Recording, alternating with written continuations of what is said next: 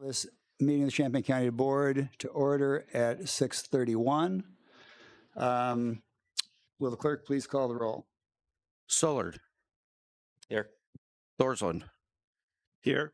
Vanich Thiernot. Here. Wiggs. Wilson. Harris. Here. Cagle. Here. Carter. Cowart. Crane. Esri. Here. Farney. Here. Fava. Here. Furtado. Here. Hanover Friedman. Here. Lokshin. Here. Hugh. Present. Rodriguez. Here. Rogers. Present. Settles. Here. Sexton. Locke. Here. We have a quorum. All right. In lieu of prayer, I'm going to do a public safety announcement. National Weather Service is reporting a cold weather advisory for later tonight through noon Saturday with lows around 2 degrees below zero and wind chill values between -4 and -14 tonight. Frostbite can occur within 15 to 20 minutes of skin exposure, so please use caution when being outdoors. Look out for others. All right, let's all rise to the Pledge of Allegiance.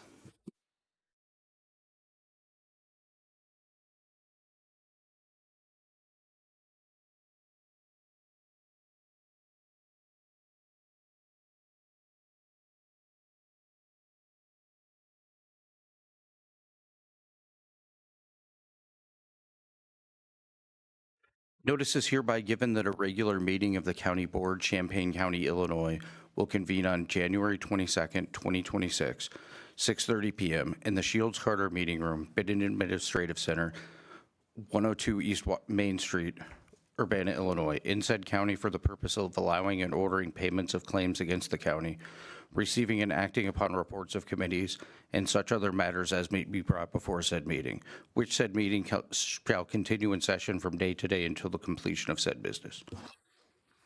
Thank you. All right, can I get a motion to approve the agenda? Motion by Vanich Thiernot, second by Thorsland. Mr. Sollard.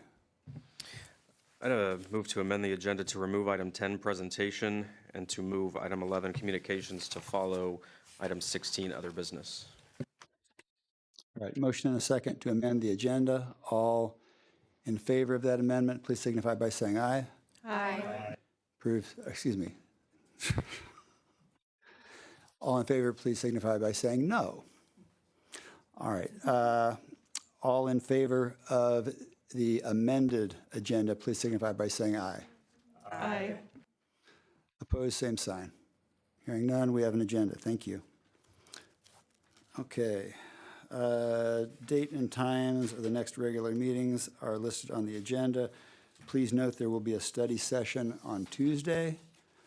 Can I get a motion to approve the adoption of Resolution 2026-14 honoring county employees for years of service? Motion by JJ, second by Ms. Lokshin. Beth, would you like to read the resolution? Yes, thank you. Resolution number 2026-14 amended, resolution honoring county employees for years of service. Whereas it is the vision of the Champaign County Board to be a recognized leader in local government, where every official and employee has a personal devotion to excellence in public service and embraces the highest standards of ethics and integrity, which enables Champaign County to provide the best customer service to its citizens. And whereas one element of pursuing this vision is communicating to employees that their service to Champaign County is valued and appreciated. And whereas Champaign County employees admirably serve the people of Champaign County with full commitment to the responsibilities of county offices, work in partnership with fellow employees and county officials, and have dedication to the best interests of all the people of Champaign County.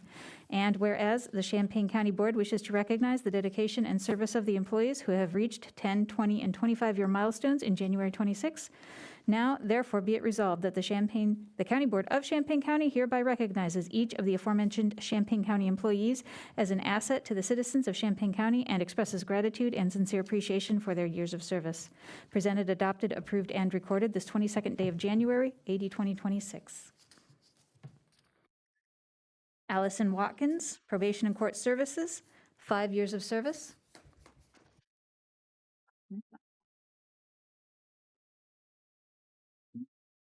Chandra Somerville, Mental Health Board, 10 years of service.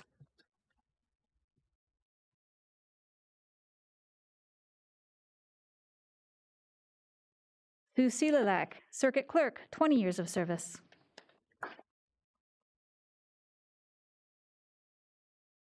And Wesley Miller, Physical Plant, 25 years of service.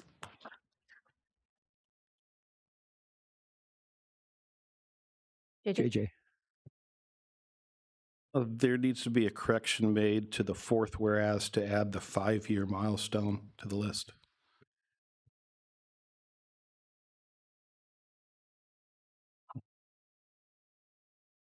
Thank you, JJ. We'll note that change. Any members of the audience wish to speak to any of the folks that are being honored? Shannon, please.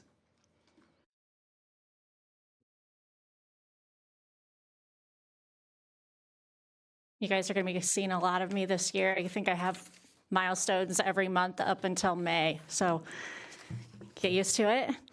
So I just wanted to say a few things about Allison Watkins, who is a JDC employee.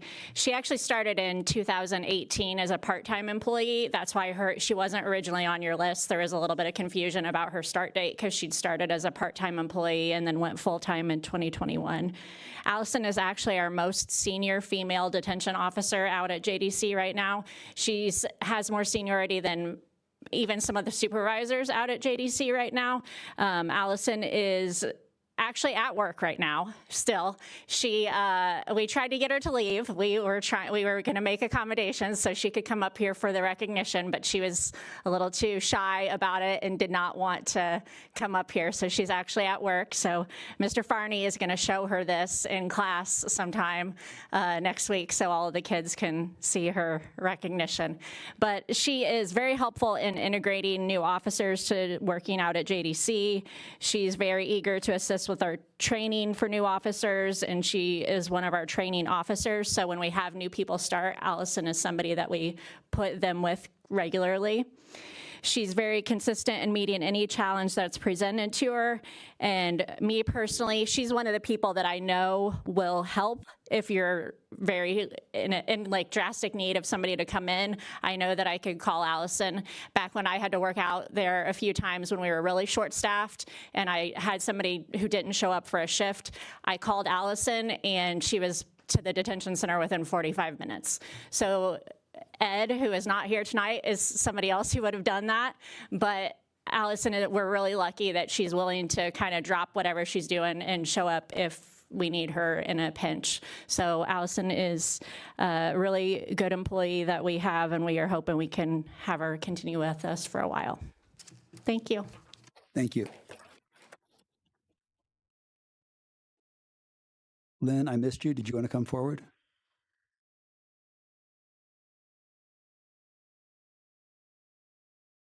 Oh, promise I did not ask Shannon what she was going to be wearing, but I did think about her when I got dressed to come over. So I'm Lynn. I'm with the Mental Health Board and the Developmental Disabilities Board, and it's very tempting right now to kind of nerd out and tell you all about what we do in order to explain why Chandra Somerville's role is so important to our work, and especially in this county, very particular to Champaign County.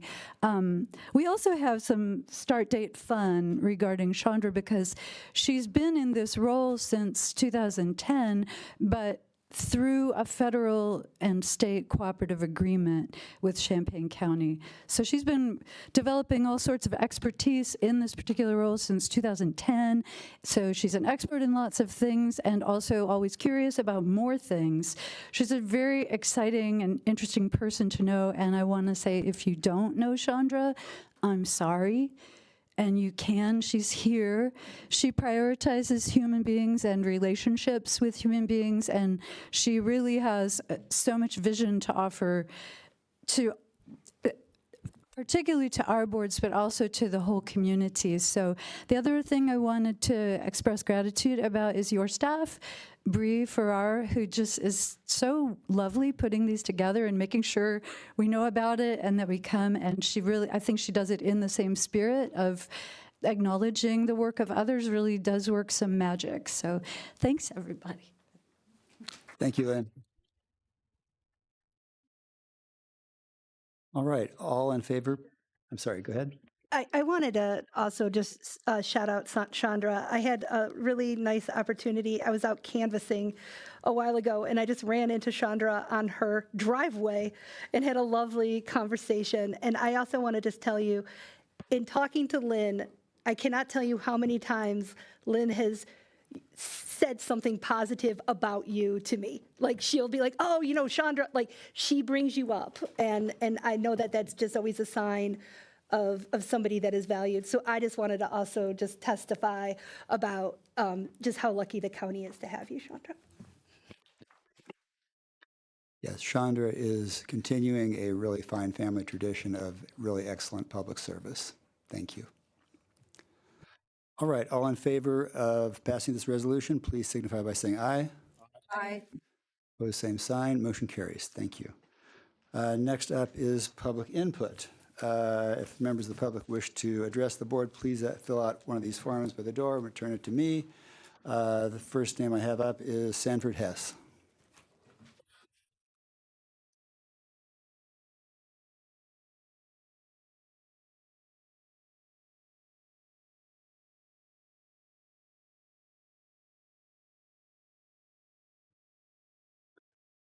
Timer, there we go. Got to be fair. My name is Sanford Hess. I'm a Champaign resident and, full transparency, a candidate for county executive. I missed the committee of the whole meeting last week because I attended the Champaign Township meeting where I serve as a trustee. Trustees are the board members for the township. We also have an executive, our township supervisor, Leah Taylor. She told us about finances that would not reconcile. Sound familiar? She brought us a problem and options. We talked and the board made recommendations. We defined Leah's next steps and the new information we wanted to hear for the next meeting. That's the way the process is supposed to work. Then I went home and watched the meeting from last Tuesday. I saw the executive bring plans to the board for approval with only one option, and no discussion of other solutions considered or even a clear sense of what is wrong with the current situation.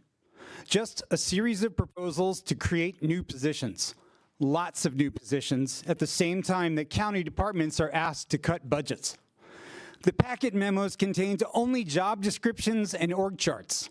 There were no financial details. The memos say that the county executive is not asking for money, at least not now, but no specifics on how 3 positions and their benefits can be paid with the costs of 2, or how much in grants are needed to fund the grant reporting clerk, or what happens to the clerk if we lose funding. The memos had no plan of action or timeline. I wonder what tasks and facilities will not be performed while the 3 new positions are being staffed. How long will that take? I'm not saying these are bad ideas. I'm saying they can be done badly. This is especially true when change is rushed. During public participation, we learned that not everybody was part of the planning. We heard knowledgeable facilities employees question the division of tasks, the number of direct reports, and the salary costs. We heard that the memo was sent to staff 7 hours before it was made public, so it appears no one listened to them before that. We heard that the Cunningham Children's Home did not see plans to take the redeploy program from them until the meeting packet was published. And we heard State's Attorney Reitz in comments on the redeploy program when she said, quote, "All I am asking is that we slow down and let us have these conversations, of which I was completely unaware," end quote. As an interested party who could potentially inherit this situation, I'm concerned about the county's executive's office because it is possible to take on too much at once. In the 2025 budget, the office had 9 positions. Last fall, the office added 6 positions and assumed finance duties from the auditor. If all the new positions tonight are approved, the office would have 24.5 positions, plus 22 more transferred in from the facilities department. It's not just the headcount. The director of administration will get 3 new direct reports, new department head duties, and responsibility for delivery of the redeploy grant. That's a lot to absorb. As board members, we can both empathize with another legislative branch body, the U.S. Congress. These days, many of us shake our fists at Congress for not standing up to the president, for not doing their job to check the power of the executive. There, the Democrats have a valid excuse. They don't have the votes. Here, you do have the votes, all of you. You are telling the voters that we have a structural fiscal deficit. Let's prevent ourselves from making hasty decisions based on incomplete cost estimates. Clarify the details before you approve these items. What is the rush? Here's my perspective. The county executive and the county board balance each other as branches of government, and they should hold each other accountable. Tonight, I'm here as a resident, holding you accountable as board members. Please, do your job, ask questions. And if I am elected as county executive, I hope that you hold me accountable too. Thank you. Thank you. Okay, Lynn, did you already address your, okay, all right, I will move that out. All right, on to Jim Goss. Welcome, Jim.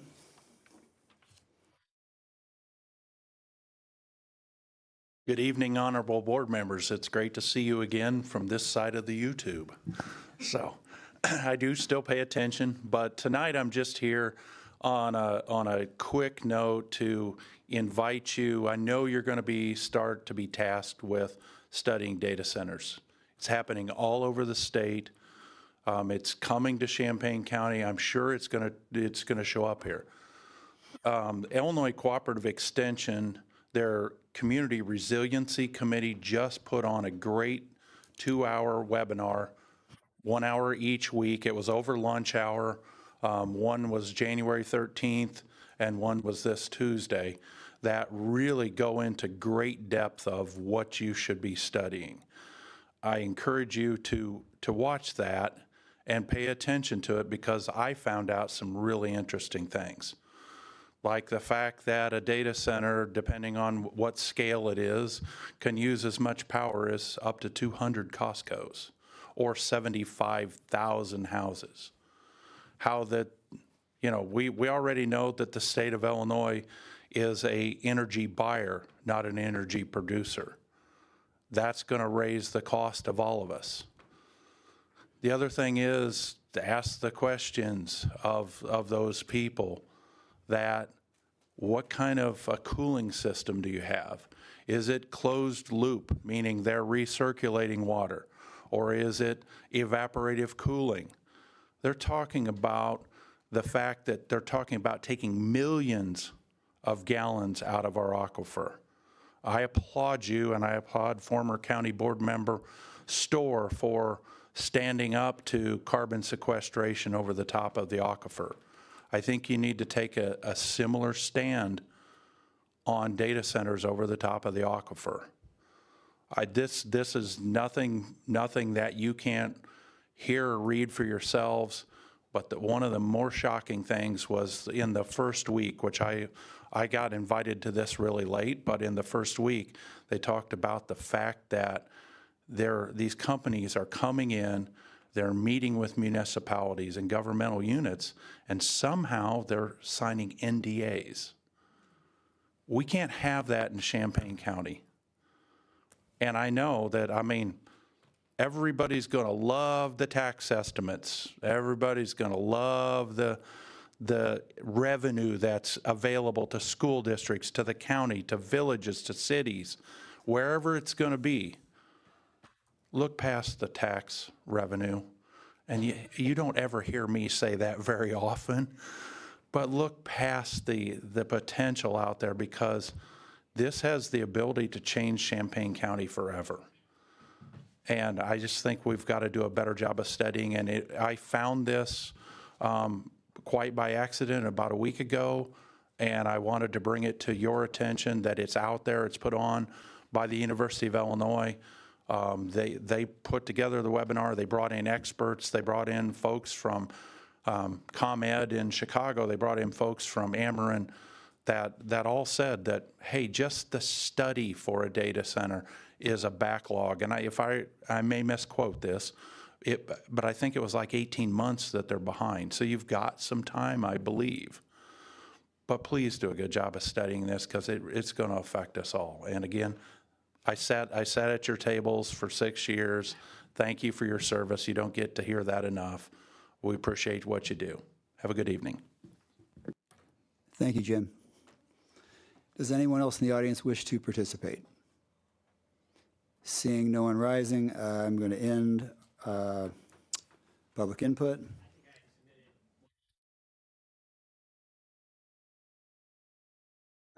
If you have a slip, go ahead and bring that forward, and absolutely.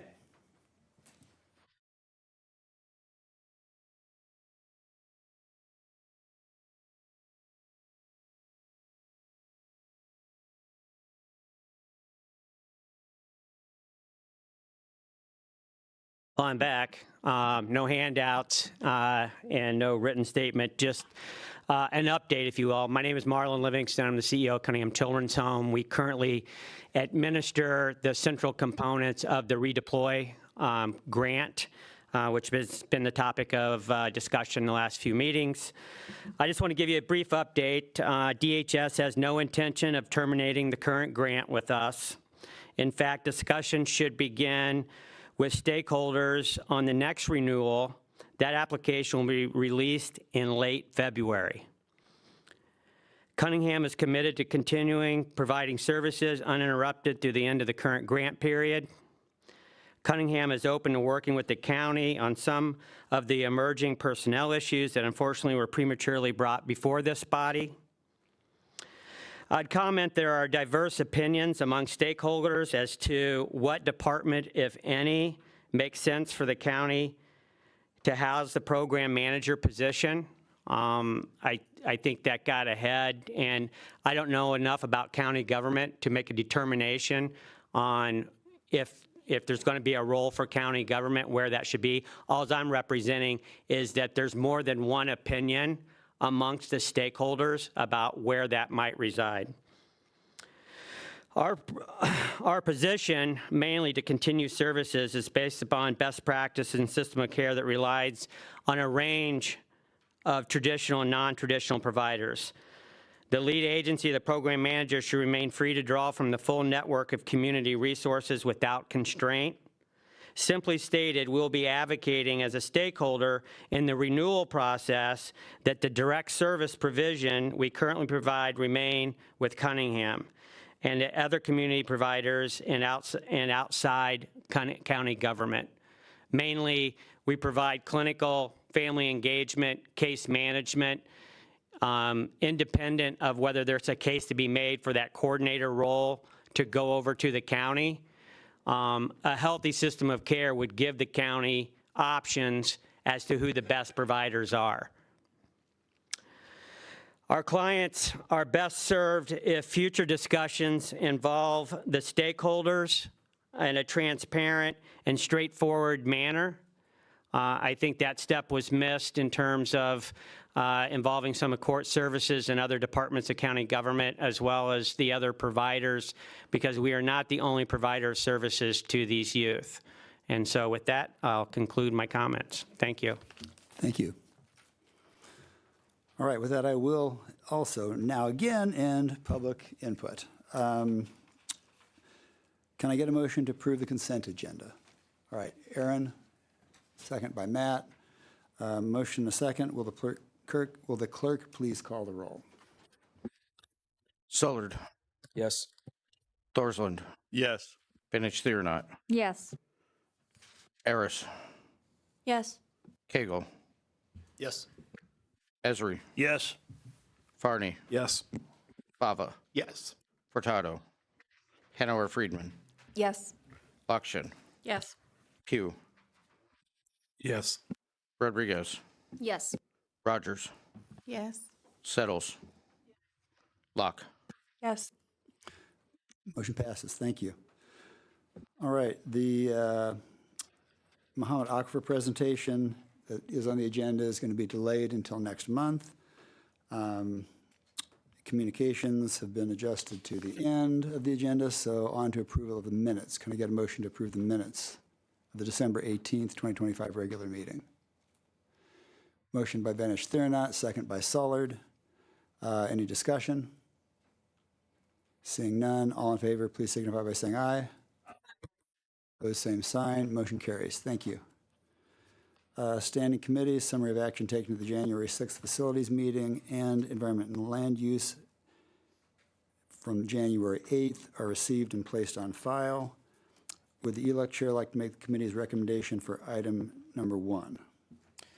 I move to approve ordinance number 2026-2, amending the zoning ordinance for a zoning map amendment on certain property in zoning case 181-AM-25. Is there a second? Second by JJ. Is there any discussion? Well, I'd just like to add that the 4 stars, because we only do 4 stars in ELOC, means that regardless of how many people are in the room, it needs 12 votes to pass. If there's questions, I think the petitioners are here. This is rezoning an existing building from I-1 to B4 for the need of this, but it also encompasses a business that's already in it and would make it compliant, because as typical with zoning cases, sometimes when we have an applicant for a property or a place, we find out that there's other things that would be tidied up by what we're doing and bring other things in. So if there's questions, Mr. Hall is here, and also the petitioner is here. Okay. Well, we have a motion and a second. I'm not seeing any questions, so all in favor, please signify. Excuse me, will the clerk please call the roll? Sollard. Yes. Thorsland. Yes. Benish Thurnott. Yes. Aris. Yes. Cagle. Yes. Esri. Yes. Farney. Yes. Fava. Yes. Hurtado. Yes. Hanover Friedman. Yes. Lockshin. Yes. Pugh. Yes. Rodriguez. Yes. Rogers. No. Settles. No. Locke. Yes. The motion carries. All right. Summary of actions taken at the January 13th Committee of the Whole meeting, received and placed on file. Would the policy chair like to make the committee's recommendation for item number 1? Adoption of resolution number 2026-15, amending the schedule of authorized positions in the Administrative Services Department, Grant Coordinator, and Grant Reporting Clerk. Okay. Beth, I'm assuming you'd like that to be a motion to approve. All right. Is there a second? Second by Matt. Mr. Sollard, is there any discussion? Seeing none, all in favor, please signify by saying aye. Aye. Opposed, same sign. Motion carries. Thank you. Would the policy chair like to make the committee's recommendation for item number 2? Adoption of resolution number 2026-16, amending the schedule of authorized positions in the Physical Plant and Administrative Services Departments, Maintenance Manager, Custodial and Grounds Manager, and Facilities Project Manager. All right. Is there a second to that motion? Second by Jenny Lockshin. Discussion. Go ahead. Sorry. Yes, Mr. Pugh. Go ahead. I'm sorry. Just to say, so last week I did something the executive's office didn't do. I actually talked to the workers. They work there. Actually, quite a few of them under amenity. Because of this, some are thinking about retiring, looking for their jobs. They feel very uncertain. Feel that they didn't have any input. They don't understand why this is going on. Just wanted to share that. Thank you.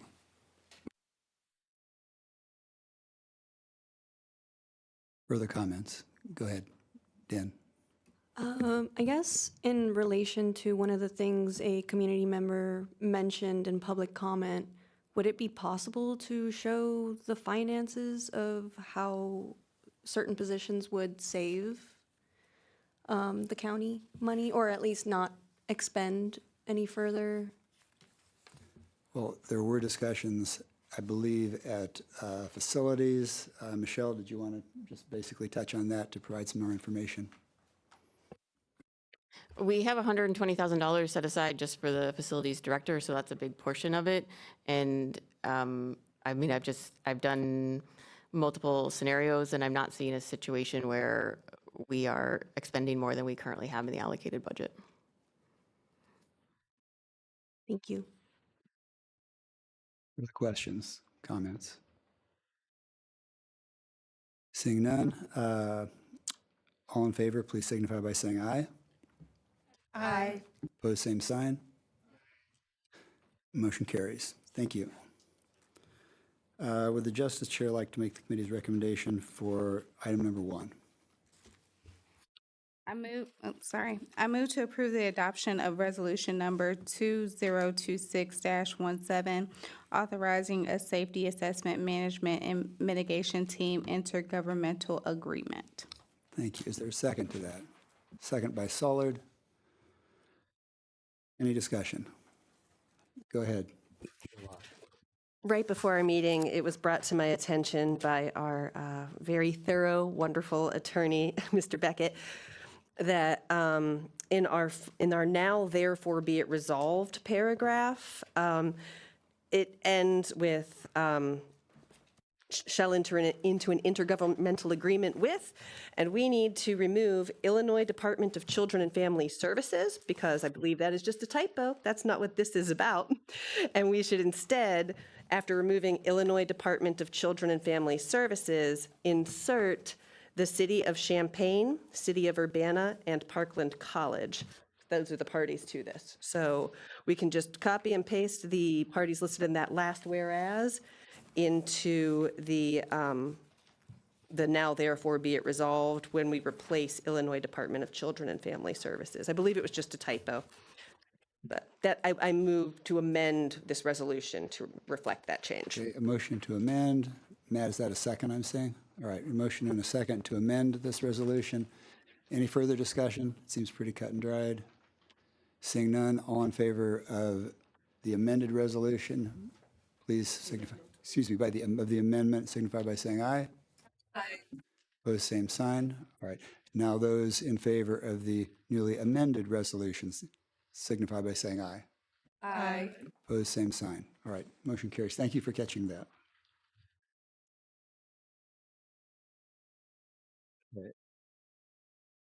Can I get an omnibus motion to approve the adoption of Resolution 2025-18, authorizing payment of claims, and adoption of Resolution 2026-19, purchases not following the purchasing policy? Motion by Benish Therinot. Is there a second? All right, second by Cagle. Is there discussion? JJ. When you read that resolution number, you said 2025 something. Oh, excuse me. Yeah, these were both 2026-18 for the payment of claims and 2026-19 for purchases not following purchase policy. Just want to make JJ. sure, and I see that it's correct in our packet. Yeah, thank you much. All right, all in favor, please signify by saying aye. Aye. Opposed, same sign. Motion carries. Thank you. Can I get a motion to approve the adoption of Resolution 2026-20, authorizing an intergovernmental agreement for animal control and impound services with the villages of Bonneville, DeLand, Homer, Ivesdale, Ludlow, Ogden, Pasodum, Philo, and Sydney? Chair Locke? Oh, and Thomasboro, excuse me. Do not want to leave out Thomasboro. All right, JJ, second? All right. Is there any discussion about this? This is great to get all these smaller municipalities on board. Go ahead, JJ. Yeah, that's exactly what I wanted to say. I want to thank Chelsea for doing this. You may not have realized it, but in the past, we had individual agreements with each of these municipalities, and some municipalities had their own tweaks to things, and so our officers were having to always go and refer to, okay, I'm in Philo today. what does Philo say, and is it different than Sydney, and is it different than Homer? We're going to a uniform agreement, which is great.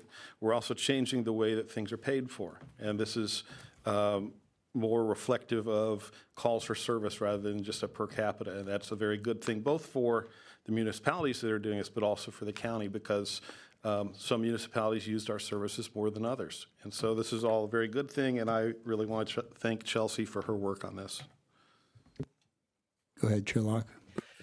Just to piggyback on what Mr. Farney said, we also deserve a pat on the back because in allocating ARPA money to pay for the software that animal control is using, that software is where we found, oh, we're losing some money in some places, or, oh, we could do this differently. So it allowed us to have the data, to analyze the data, to use the data for better things. So good for Chelsea, especially, good for us too. And I support this as well. Anything else? I also want to give kudos to Chelsea and to Michelle Jett. They worked very hard on drafting the new revised contract, and they did an excellent job. All right, all in favor, please signify by saying aye. Aye. Opposed, same sign. Motion carries. Thank you. Can I get a motion to approve the adoption of Resolution 2026-21, approving a letter of understanding with GHR Engineers and Associates, Inc. for mechanical, electrical, plumbing, and engineering services pursuant to RFP 2025-014? Motion by Lockshin, second by Thorsland. Is there any discussion? All in favor, please signify by saying aye. Aye. Opposed, same sign. Motion carries. Thank you. Can I get a motion to approve the adoption of Resolution 2026-22, approving letters of understanding with Bailey Edward Design, Inc., Reefsteck Wakefield Fanning and Company, and IGW for architectural services pursuant to RFP 2025-015? Motion by Vanish Theranot. Second by Esri. Is there any discussion? Seeing none, all in favor signify by saying aye. Opposed, same sign. Motion carries. Thank you. Can I get a motion to approve the adoption of Resolution 2026-23, authorizing application and, if awarded, acceptance of the Emergency and Transitional Housing Grant? Motion by Thorsland, second by Ellie. Is there any discussion? All in favor, please signify by saying aye. Aye. Opposed, same sign. Motion carries. Thank you. Can I get a motion to approve the adoption of Resolution 2026-24, approving budget amendment BUA 2025, excuse me, 2026-1108. That's Fund 2075, Regional Planning Commission, Department 100. Increased appropriations, $4,588. Increased revenue, $4,588. Reason, appropriation of emergency transitional housing grant funding for the purchase of new equipment to improve shelter facilities. Motion by Jen, second by Jalmala. Any discussion?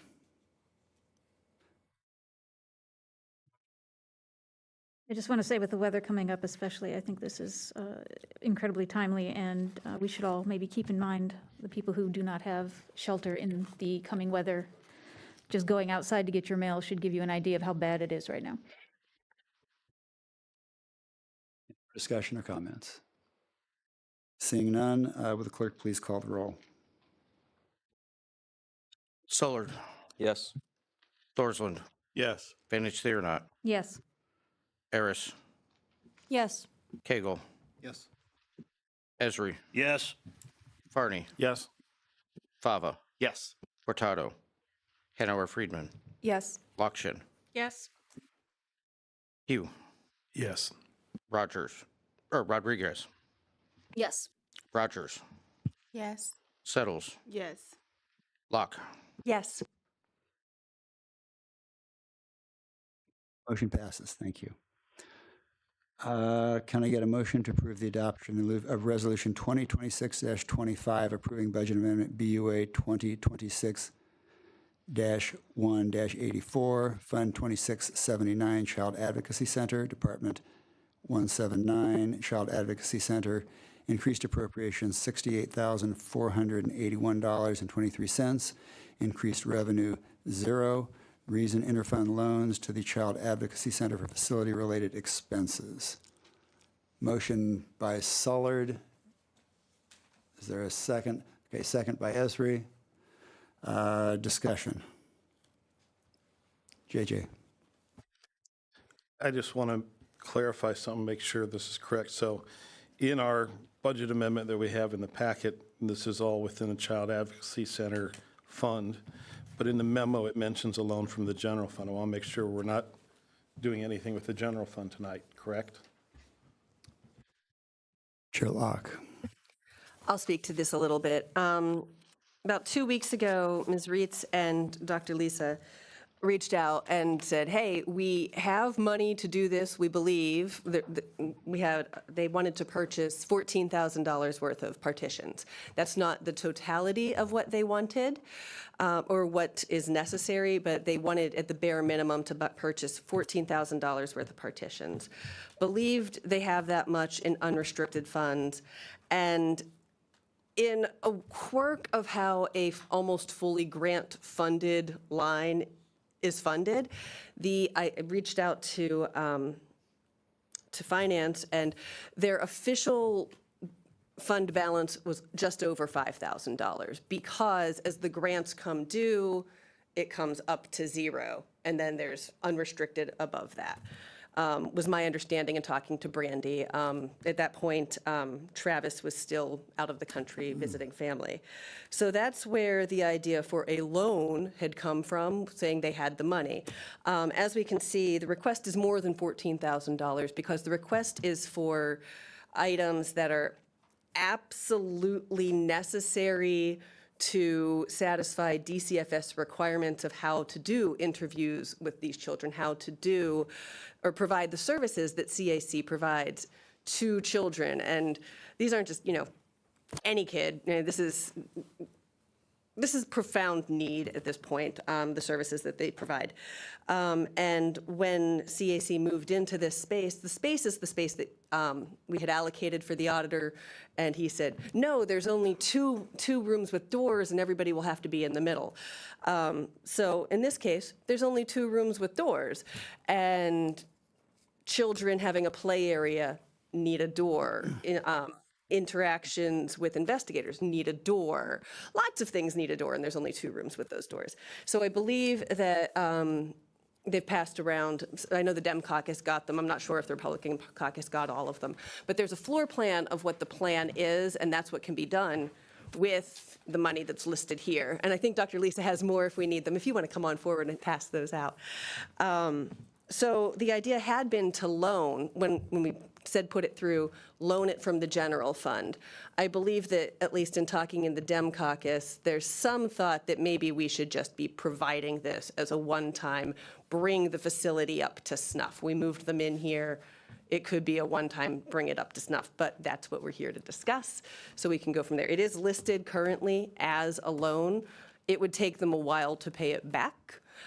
We didn't get a chance to discuss it, and I'll have a question for you about, we had requested that various police agencies increase their spending towards, or their contributions this year. So it's possible that more contributions can come in that would pay for this.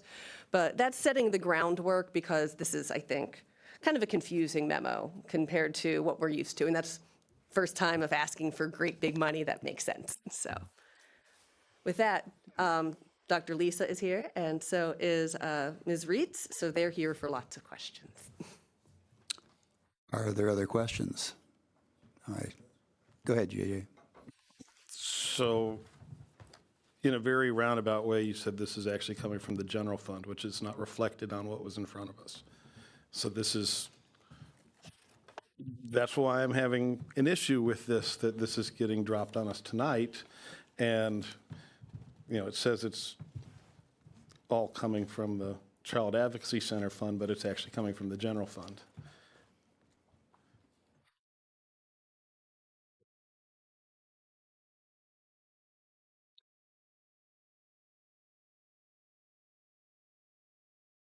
there a motion to amend?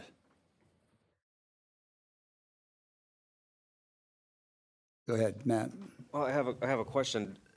With the roundabout financing, does this cover all the bases the way it is right now, or does a motion to reflect what's more simply happening need to be made? I'm not sure. The plan to have it as a loan from the general fund. So a loan from the general fund is what's the plan that's in front of us right now. If anybody wants to amend to make it just be the general fund pays for it and CAC doesn't pay it back, that's something that someone has to do. What's in front of us right here is an interfund loan. So we would be paying from the general fund until CAC can pay it back. Ellie?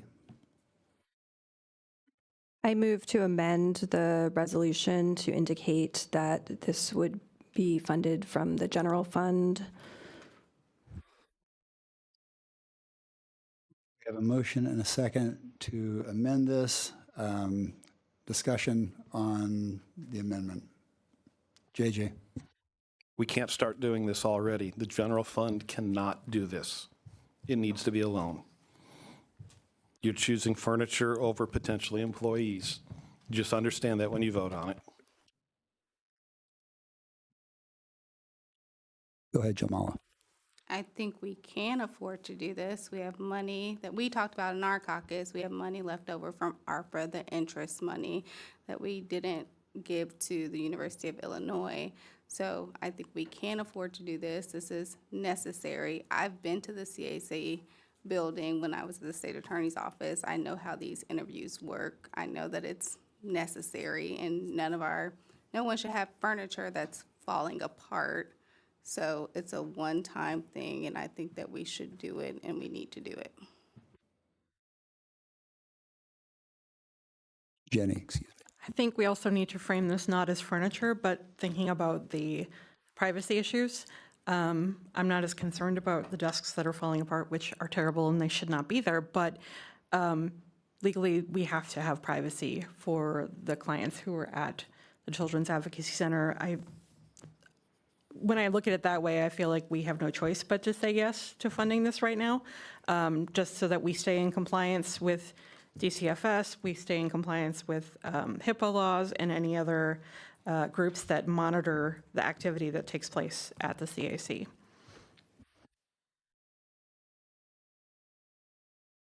Excuse me, Matt, go ahead. Yeah, I was just going to say that it shouldn't be framed as simply upgrading furniture or anything like that. It's walls and partitions that are required to comply with DCFS requirements. And I was going to ask Dr. Liggins-Chambers and Ms. Reitz to come up and speak to the need for it right now, if you could approach and just kind of describe it.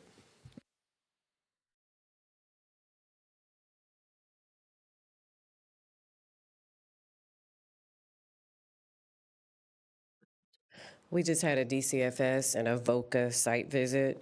VOCA is our federal grant, DCFS is our state grant. One of the stipulations of both of those grants is that we abide by our privacy issues, confidentiality, of course, that's state and federal law. We do not have privacy in our agency. The only privacy we have is the observation room, which is walled off. That's one of the two rooms. And we also have the forensic interview room. Those are the only two rooms that we have. Otherwise, our children and the parents that we serve, they're in what we call our family room, which is our playroom, or they are at the conference room table, and everyone can hear these horrific conversations about what happened to these children. When we had our site visits, all through DCFS, VOCA, but also our accreditors, which is the National Children's Alliance, all want us to have this taken care of by the time they come back. So this could potentially not only harm our agency, but it does harm the children and families if we don't comply by confidentiality laws in this state, and also federal laws such as HIPAA. Speaking of HIPAA, in our storage room, we do not have a door. What we have to do is not only do we have to lock those closets, those drawers up because of HIPAA, but we also have to have a locked door, which we do not have. More importantly is that these partitions are going to go high enough to where we can have doors to add to the privacy, but also they serve another purpose, which is to keep our children from seeing law enforcement. If they see law enforcement, well, what will happen? They may be too afraid to tell their stories of these horrific things that happen to them. So this is not necessarily a furniture issue. We added the furniture because for us, yes, our desks are falling apart. We do represent Champaign County, and we wear that badge well. We can't wear it well if our partitions are dirty, nasty, and also we have fallen down furniture in this beautiful space that you all afforded us to have. And so we'd like to kindly request that all of you approve this, because this is not just furniture. We're not looking at this as all we have to do is get new furniture. This is a legal issue as well, so that we can keep our accreditation, which we just received for the next 5 years.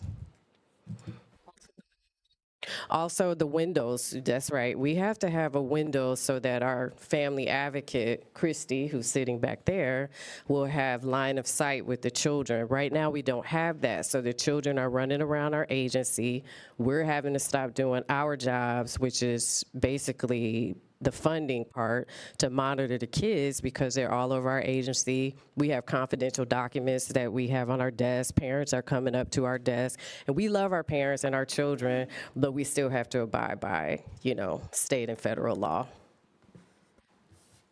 I think I want to add to that, the document that you've received, the drawing from stocks that shows the proposed partitions. Take all of those partitions away. The only 2 rooms, if you've been in that space, are the 2 rooms on the bottom next to the kind of 2 chairs where 2 people are sitting. That 3rd room in the left bottom corner, that's actually the treasurer's office. That's not part of the CAC. So there's 2 rooms built out. The rest of it is just wide open space. And I know some of you have been up there to see it, and I appreciate that, and certainly, be happy to take a break and go up there and show everybody who has a question what it looks like in real life, because I'm kind of a visual person. But I would suggest that any county office would need walls. And so what you're getting here is an entire department built out for $68,000, which is a bargain in a lot of ways if you think about it, right?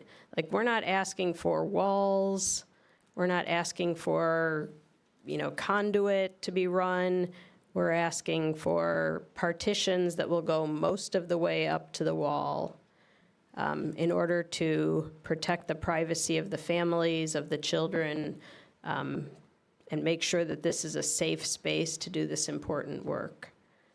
$68,000, a bargain. Jenny Lokshin, go ahead. Sorry, I know I already spoke, but that made me think of, I did go up and take a tour of the space.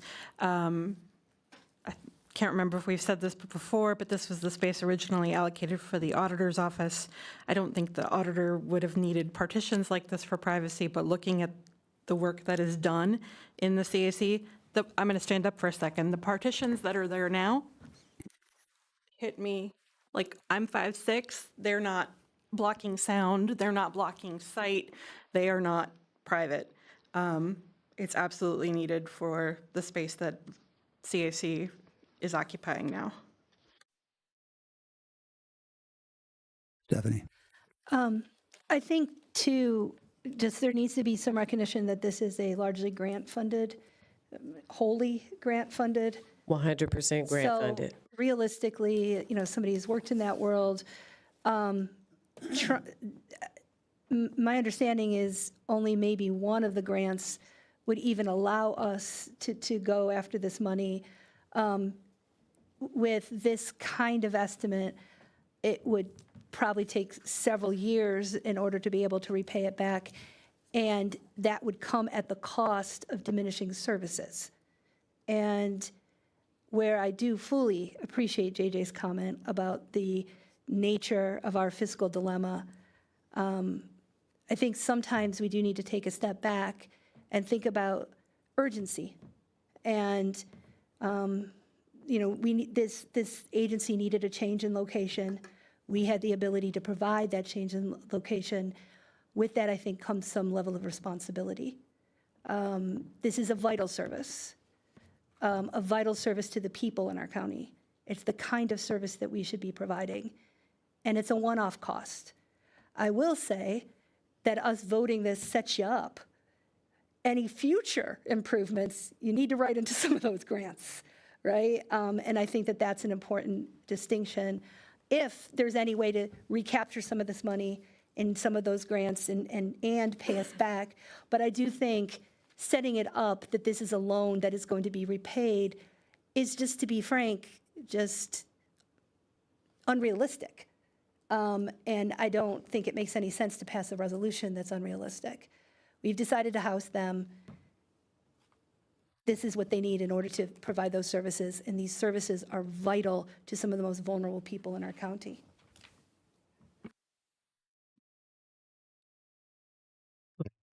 Excuse me, Aaron. Thank you. I guess just a comment. You can't turn back the clock, but I guess I'm just a little bit disappointed in whoever, wherever I'll say blame falls in that. Prior to now, this wasn't figured out that something needed to be done to this extent. I'm not saying the money doesn't need to be spent. It's a good thing. Yes, I can see how it needs to be done and everything, but it's just the process, I guess. When the conversation started and turned to the idea of the auditor space, the planned auditor space being turned into the CAC, it would have been nice then if this would have been figured out that we needed the partitions, or at that point in time, I'm just throwing this out there, maybe true walls built, whatever. It's just kind of disappointing to me that somehow this, basically the ball got dropped somewhat, or it did, not somewhat, it got dropped somewhere, and we're just now figuring this out and having to go back and correct it. The $68,000 may be a bargain, but it still is just frustrating. Thanks. Let me, if I may, give just a little explanation. CAC had previously been housed at another location, and they had been given the ability to continue that lease up until very recently, and then were given a hard date that they had to be out. There was discussion about housing CAC at Brookins, but we're looking currently at trying to sell Brookins, and that didn't seem to make sense to make that move. And really the only available space that we had that could meet their needs was the space that was available and had been previously set aside for the auditor's office. I know that's, in a perfect world, it would have been better to have had another location where we could have housed them and had the time to be able to make those plans and arrangements. A lot of this was simply a matter of timing that didn't permit a whole lot of bandwidth in terms of making a decision and trying to find a place to locate the program that wasn't going to have a home. So, go ahead, Eric. You just summed it up. Thank you. Anyone else? All right, go ahead, Beth. I would add that prices are constantly going up. Who knows what tariffs are going to be tomorrow? The faster you get this done, the less money you're likely to spend. So I would rather be pound wise than penny foolish. So I would also bring up the consequences of liability should somebody overhear something and then spread news and somebody sue the county. I don't know if you want to speak to that, Julie. That absolutely could be an issue. And frankly, also a kid running around falling and hurting themselves, that could be an issue. There's lots of issues. The confidentiality piece, again, these are children who are being interviewed about allegations of sexual or physical abuse. Their parents are being talked to. The kid might be in the playroom waiting for the interview while the parents are trying to talk to the case manager. It's just, that is really, in a lot of ways, more our concern about the integrity of the statement that we're getting from a child, and the ability to hold an offender accountable for his or her actions towards a child. And I would say, to the question of why is this coming as some sort of a surprise, it's not. I mean, we had said at the beginning, this is a lovely space, but it's going to need walls at some point. I think the fact that we've had these DCFS site visits has really brought it to the forefront that it needs to be done sooner rather than later. Further board discussion. JJ. Mine is just more of a comment here as we wrap this up. I really hope that departments are not seeing that if they drop something onto the county board without going through the committee process, that the board just has to take it up, and usually we just do it. I don't disagree with any of the comments about the CAC and their need for this. I'm looking at the process, and I'm looking at it strictly from a budget standpoint right now. This should have gone through the committee process. It should have been vetted that way. CAC's been in this space for, what, a couple of months? Okay. I certainly hope that this new position we created tonight for facilities project manager, this is exactly what that person should be dealing with and taking to the right committee, and it should not be something that just goes to the full board. And more departments are doing this because they know we're in trouble. We drop it at the last minute, it doesn't get fully vetted, and they usually get what they want. I'm sorry to be the jerk that's saying that, but somebody on this board has to. Can I speak to that? So we got the estimate and wanted to put it in front of the committee at the committee of the whole meeting. And when I was speaking, I believe with Ms. Locke, I learned that the night before was the deadline for submitting a request for something to be put on the agenda. I had no idea of that, and I asked, actually, if it could be made clear to department heads like myself when the deadline actually is. And so I'm going to double that request and say, if on a meeting-by-meeting basis, an email could go out saying, if you want something on the agenda, it needs to be to us by whatever date, that would be helpful, because I don't know what your deadlines are. On behalf of the department heads, I'm going to push back really hard on the suggestion that we're somehow playing games with your schedule for our advantage. I'm going to say that we don't know what your schedule or your deadlines are because nobody tells us. So I'm going to put on the request that on a monthly or meeting-by-meeting basis, that you send out an email to department heads saying, if you want something on the agenda, get it to us by such and such a date. I have an entire department to run. I don't know your schedules and your deadlines.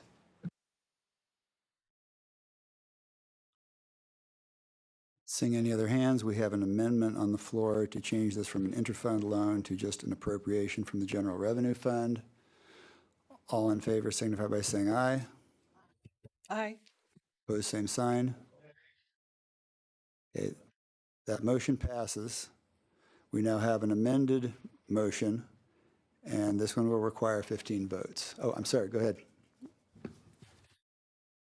John. I think generally it's probably just a friendly amendment, but because we changed it to a general fund line, can we remove the reason interfund loan? I think it's been made pretty clear that this is not a loan. This is just an appropriation directly to the.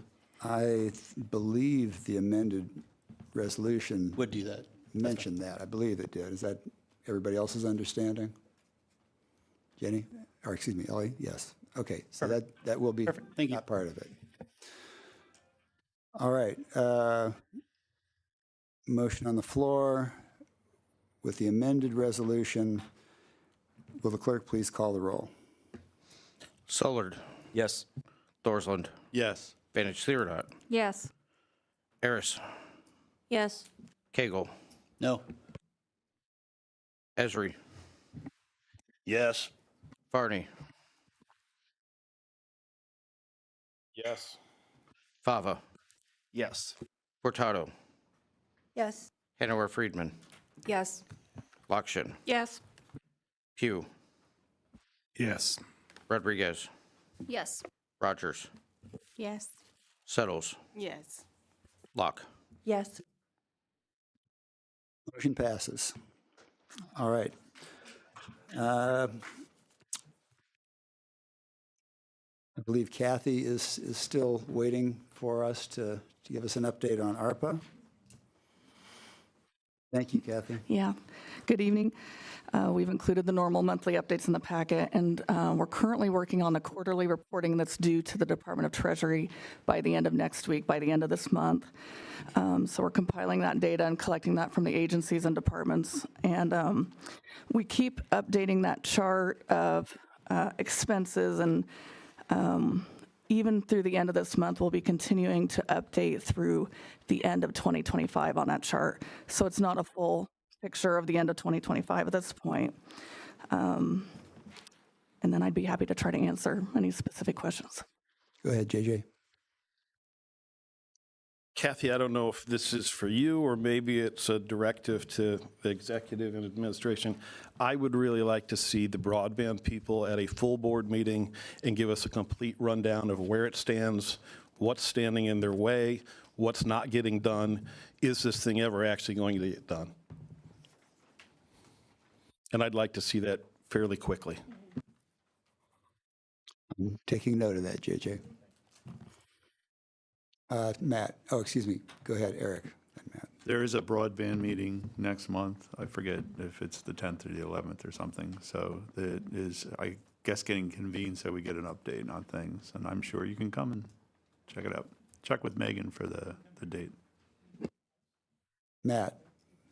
Yeah, I mean, they can, I was just going to say the same thing, that happy to still have them come here as well to the full board, but I just wanted to also make you aware that I think it's on the 9th. Tell you right now. Excuse me, it's the 11th in this room at 6:30 p.m. All right, Stephanie. Yeah, I think I've been asking for this for a while. So I would like, once that meeting comes, that some combination of those folks come here and update us, because was the biggest priority we had. It still has an outrageous amount of unspent money. And then the other ones that I continue to be concerned about are the sleep program. So I think I would like RPC to provide us some sort of timeline plan for whether or not they're going to spend this with some detail.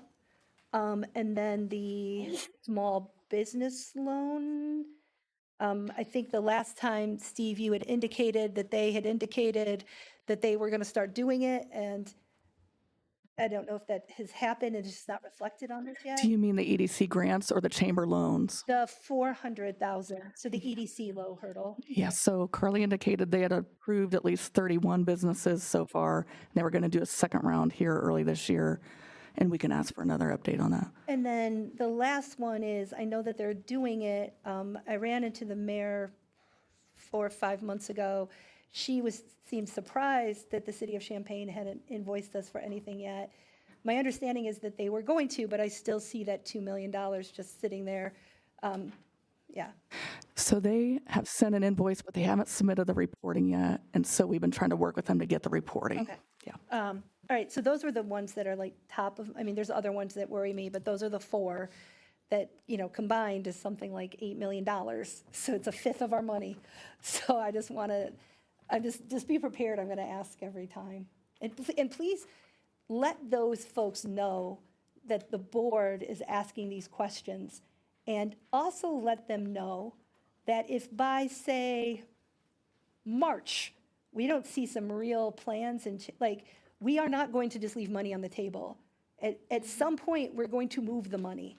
So if they don't come to us with like, here's an actual realistic, this is what's going to happen, I would very firmly advocate that we are, like, I invested too much of my life into this to send a dollar back to the feds. And I sure as heck am not sending any money back to this federal government. So I just want to make sure that if anybody's watching out there, if you have ARPA money from the county and you haven't spent it, you best spend it, because we will take it back and spend it on something else. We are not going to return any of this money. Steve? Jenny? Go ahead, Michelle, then Jenny. Yeah, as the bad cop part of the good cop, bad cop duo that Kathy and I have developed when it comes to the ARPA money, what would really be helpful is if, you know, maybe at the March board meeting, you guys could formally say, on this date, if they have not spent X amount, start moving it. Because that's the problem that we have, is it's just like, well, the board's really upset, we really need you to do it, but we do not have very distinct direction to move the money and start spending it to get it spent before the deadline. So that's really the piece that we need. And again, not right now, but like I would ask that big March, April, you're making that decision and you're giving us the very clear directive with dates and timelines of when you want the money to actually be at that point moved, because we need to like address contracts and things like that. And then we need to be able to spend it on our own for internal things, so. Brett, did I see your hand raised or, okay, all right. If there are no further questions for Kathy, we certainly have some direction. Thank you very much. All right, can I get a motion to approve the adoption of Resolution 2026-26, amending the schedule of authorized positions in the Administrative Services Department, Program Director, Therapist, Case Manager, and Family Engagement? Motion by Beth, second by Stephanie.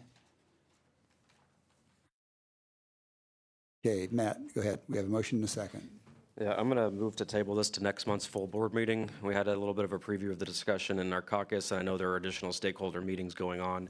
So I don't want to have it pulled from agenda. I want to make sure we're keeping tabs on it, but I think we want to allow some time for stakeholder discussions to continue. So I'm going to make the motion to table to next month's February board meeting. JJ? Are you going to second it? Go ahead. I just want to add, it would be helpful for the public to know that these conversations have started and they are ongoing. It's not like we're just kicking this down the road for no reason.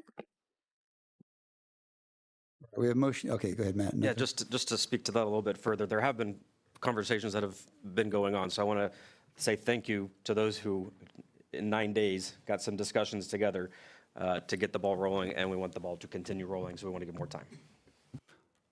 Stephanie? I'll support this, but I also do want to hold space for the program director. I think there's two pieces to this. There's the funding and the security of the funding, but I also think it's incredibly important to center the people that are doing the work on the front lines. And he clearly came and told us that that is an acute situation that required some urgency. And I encourage, as the stakeholders are looking at this, that urgency isn't lost, and that centering the folks that are actually on the ground doing the work remains at the forefront of our thoughts. So while I'll support tabling it, I did want to hold some space for what we heard at the last meeting, which, I will be blunt, was deeply uncomfortable. All right, we have a motion to table. Go ahead.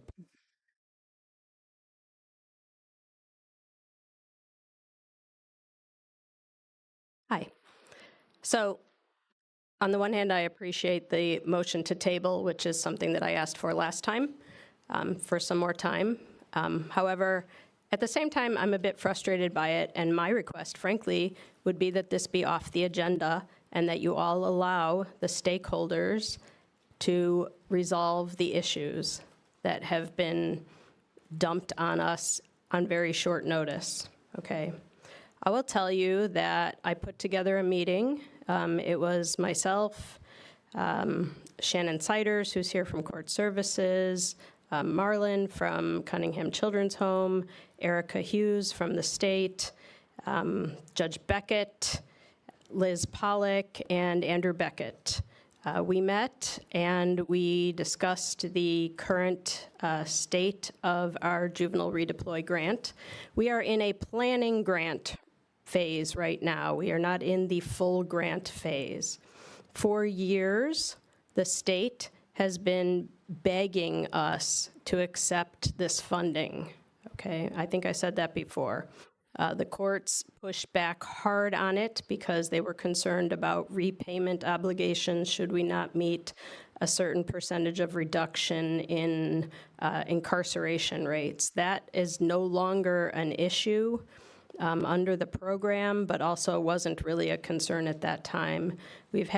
So it then went to community organizations to try to work with the state to figure out how we could create a program that would allow us to accept this funding. RPC is the fiscal agent, so this is a government-based grant, and they manage the funds.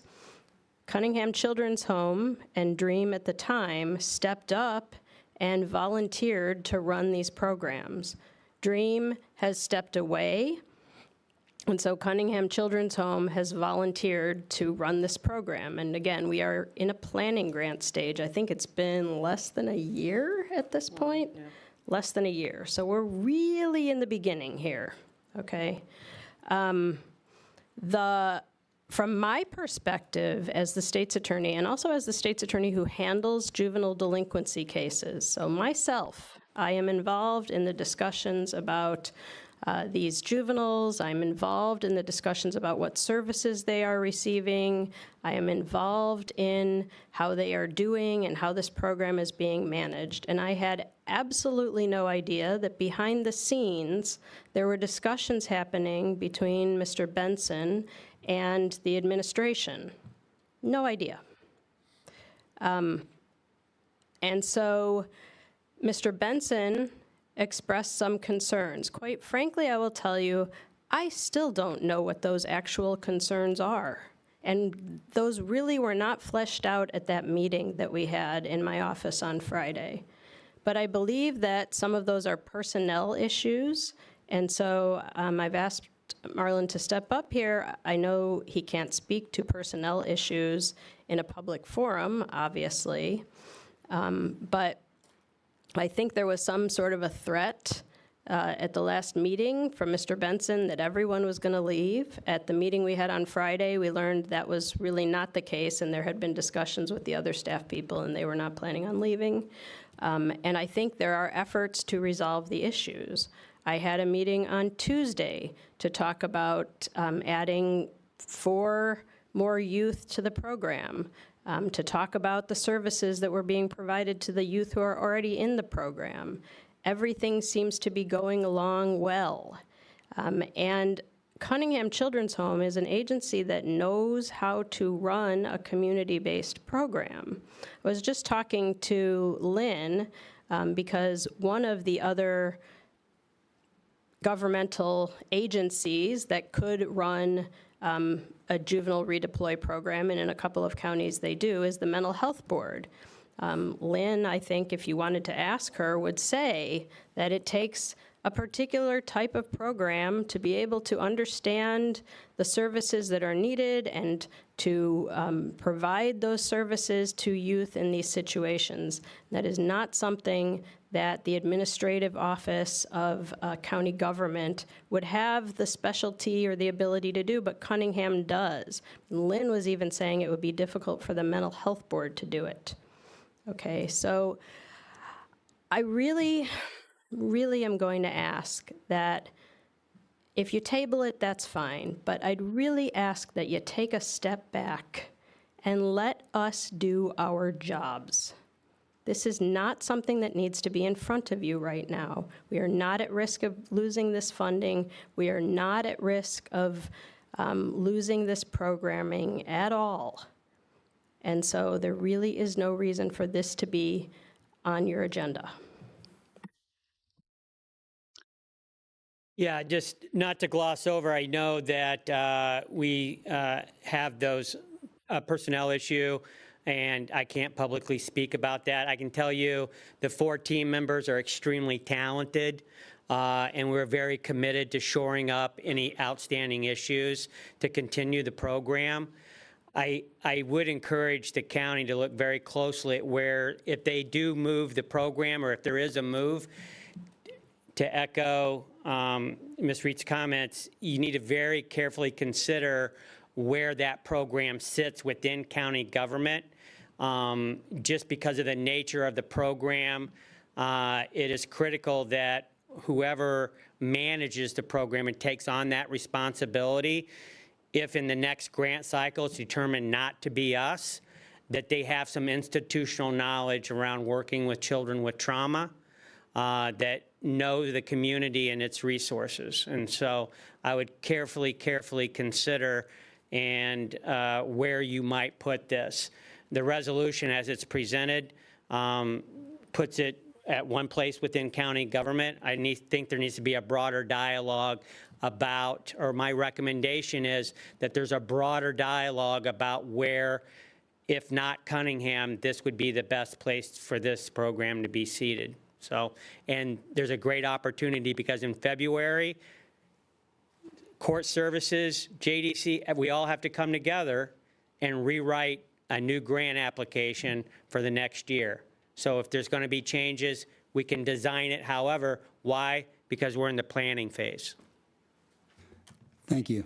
We have a motion on the floor to table. Jamala, go ahead. I also attended the stakeholder meeting on Friday, and a representative from the state was in attendance, and she did inform us that we are not in jeopardy of losing funding. So I just also want to make that clear. Thank you for the information. We do have a motion on the floor to table. All in favor signify by saying aye. Aye. Opposed, same sign. Motion carries. That takes us to communications. We have board communications. Go ahead, Ellie. You all should have just received 2 documents. These are for our study session on Tuesday. So just a reminder to the board and to departments and the public that we have a study session scheduled for Tuesday on our budget. And we've received lots of requests for a 1-pager. So put this in a form of frequently asked questions. I really hope it's helpful for everyone. Also asked Travis to print out the financial forecast from last spring. This is on the website, of course, but I'm hoping that we didn't waste trees for nothing and that you'll all take a look at it before Tuesday. Thank you. Beth, go ahead. Thank you. I would just like to notify the board and members of the public that the Clean Energy Homes Alex Long Tour is being offered on Saturday, January 31st from 1 to 3 p.m. at the Alex Long home in Urbana. If you would like to see an electrified home, fully electrified home, how it works, how it can help you save money, update your home, be more efficient with your energy usage, I would encourage you to attend, and if you have any questions, to bring them to the meeting. Jamala, did you have your hand raised? All right, Brett. Thank you. A little bit like JJ's comment, for about the last year, it seemed to feel like that the president's office in here, and that we always have a new rush scheme or ploy every month. And I hope we can change that, because it seems like a lot of these things we don't get the full information on, and then we got to vote that night. Thanks. Seeing no further hands raised, as we have no further business, we are adjourned. Thank you.